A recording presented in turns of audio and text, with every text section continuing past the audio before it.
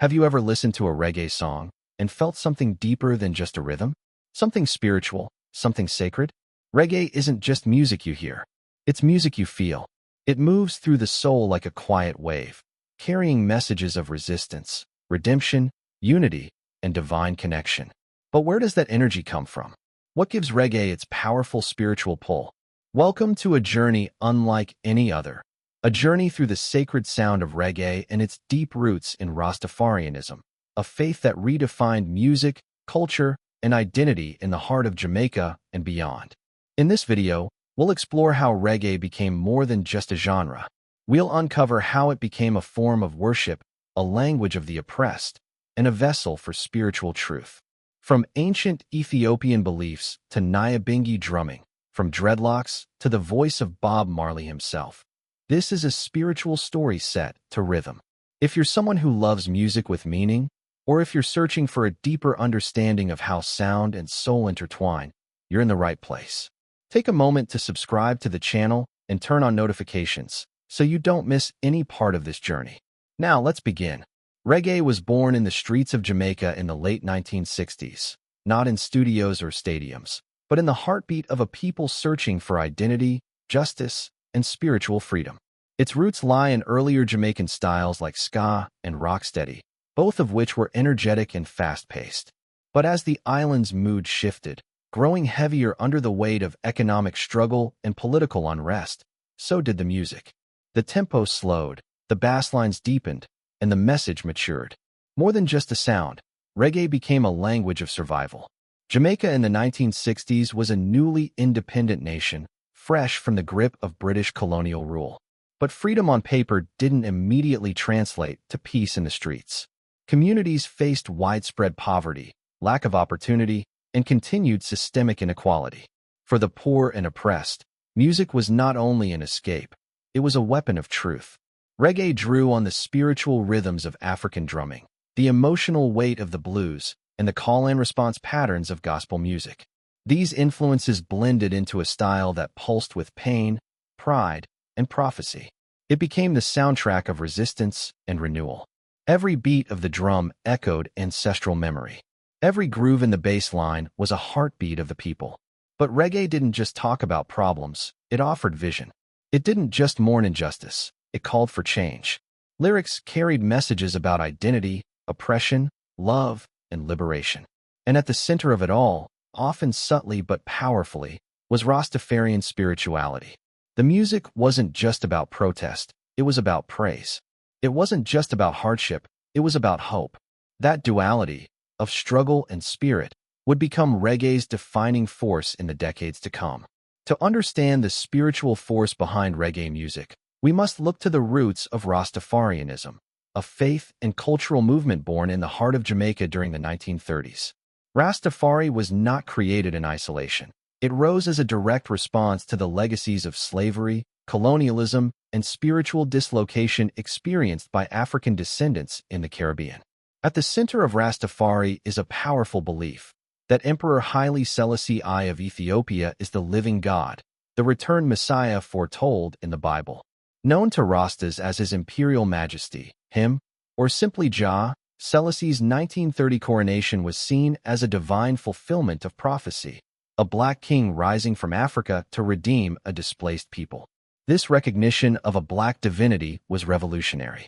At a time when Eurocentric religion painted God in white images and colonial institutions enforced racial hierarchies, Rastafari reclaimed spiritual authority and centered it in Africa. Haile Selassie became a symbol of dignity, strength, and divine kingship, a living reminder that black identity is sacred and powerful. Rastafarianism is not a dogma, but a way of life rooted in several key spiritual principles. One of these is repatriation, the belief in returning, physically or spiritually, to Africa, the ancestral homeland. This isn't just about geography. It's about reuniting with truth, history, and identity lost through centuries of enslavement. Another core principle is livity, a concept that represents righteous, balanced living in harmony with the divine, with nature, and with one's fellow man. Livity is expressed through clean eating, natural living, peaceful behavior, and conscious thought.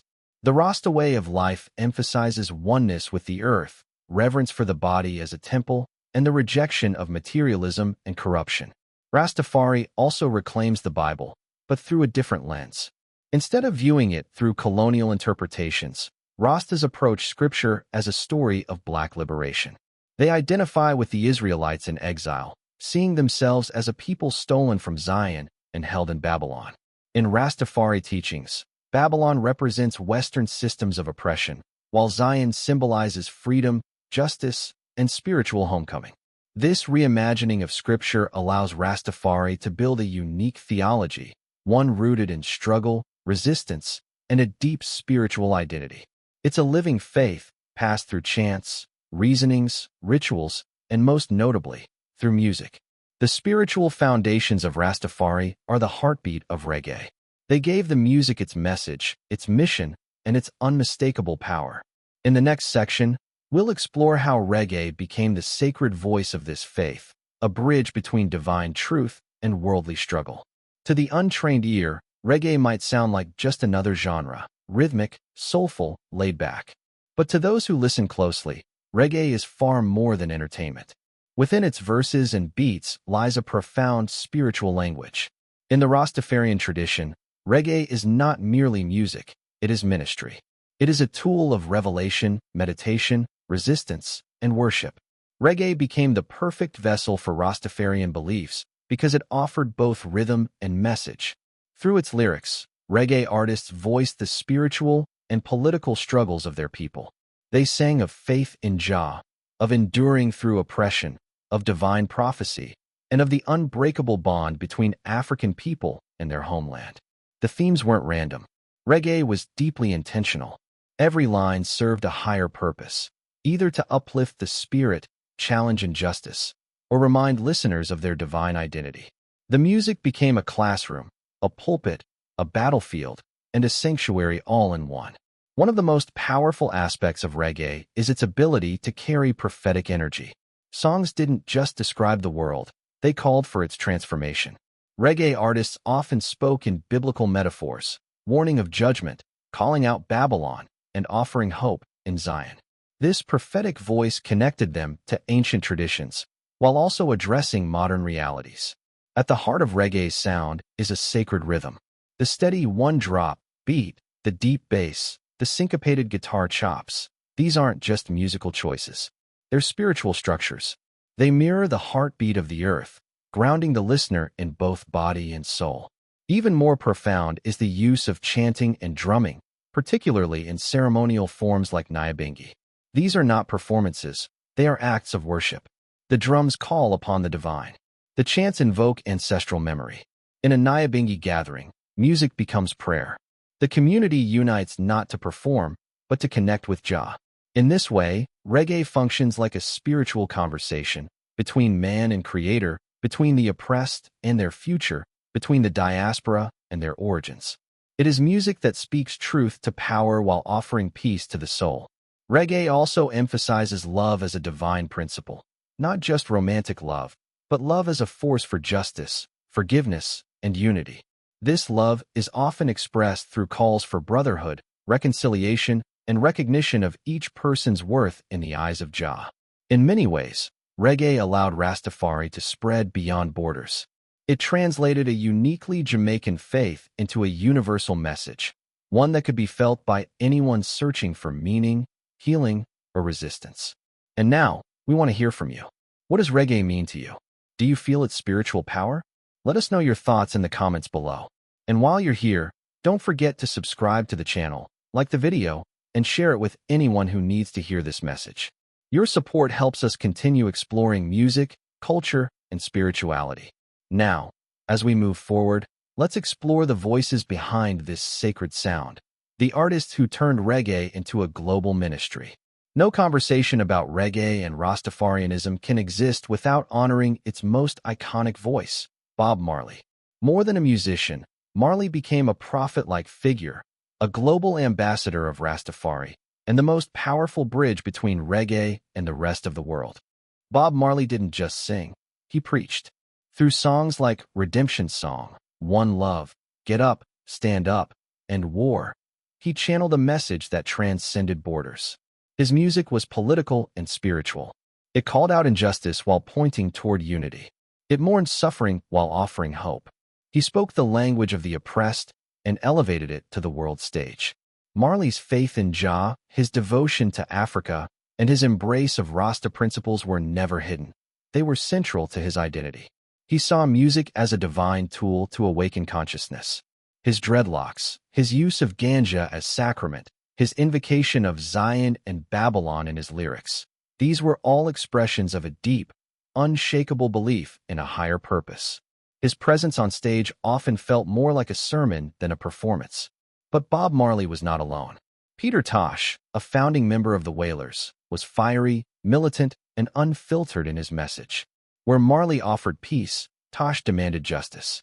His solo work, including songs like Equal Rights and Legalize It, laid bare the hypocrisy of governments, the pain of colonial history, and the spiritual necessity of liberation. Tosh spoke truth with the urgency of a prophet and the fury of a warrior, and his music continues to challenge systems of oppression. Burning Spear, born Winston Rodney, focused heavily on the legacy of Marcus Garvey, the Jamaican black nationalist and Pan-African prophet who deeply influenced Rastafari. His music is meditative, grounding, and steeped in historical reverence. Tracks like Marcus Garvey and Jah Na Dead serve as reminders of black resilience and spiritual awakening. Rita Marley, wife of Bob and a powerful artist in her own right, carried the torch long after his passing. Through her solo work and leadership in preserving Marley's legacy, she amplified the voice of women in reggae and continued to spread the faith-based message of Rastafari to new generations. Then there was Culture, led by Joseph Hill. Their music was rich with biblical references, Rastafarian ideology, and calls for African identity. Songs like 2/7's Clash became anthems of spiritual prophecy and social warning, often echoing real-world tensions through symbolic language rooted in scripture and Rasta belief. All these artists, and many more, shared a singular ability to intertwine message and melody so seamlessly that the listener felt transformed. They didn't preach from pulpits, they chanted from sound systems. Their voices, harmonies, and rhythms were tools of awakening. In the hands of these visionaries, reggae became scripture set to sound. These figures were not just entertainers. They were messengers. Through them, Rastafari found a global voice, and reggae became a movement. A sacred vibration echoing the cry of the poor, the faith of the believer, and the strength of a people rising. Rastafarianism is more than a set of beliefs. It is a living faith, expressed daily through rituals, symbols, and spiritual practices that shape both personal identity and collective purpose. These expressions are not mere traditions. They are sacred affirmations of truth, heritage, and resistance. Reggae music often channels these rituals and symbols, amplifying their meaning and making them accessible to the world. One of the most visible and powerful symbols of Rastafari is the dreadlocks. Inspired by the Nazarite vow in the Bible, dreadlocks represent spiritual strength, natural living, and a rejection of vanity and conformity. They are not a fashion statement, but a sacred covenant. Each lock a reminder of identity, divinity, and rebellion against Babylon. In reggae, the presence of dreadlocks becomes a visual statement of alignment with the faith and its principles. Another core practice is adherence to the Ital lifestyle, which emphasizes purity of body and mind. Ital is more than a diet. It is a philosophy of clean living. Rastas often avoid meat, processed food, alcohol, and anything artificial. The idea is to stay close to nature, recognizing the body as a temple and the earth as a sacred creation. In many reggae lyrics, you'll hear references to Ital food and natural ways of life as part of the spiritual journey. At the heart of Rastafari ritual is Nyabingi drumming, a sacred form of music used during gatherings and celebrations.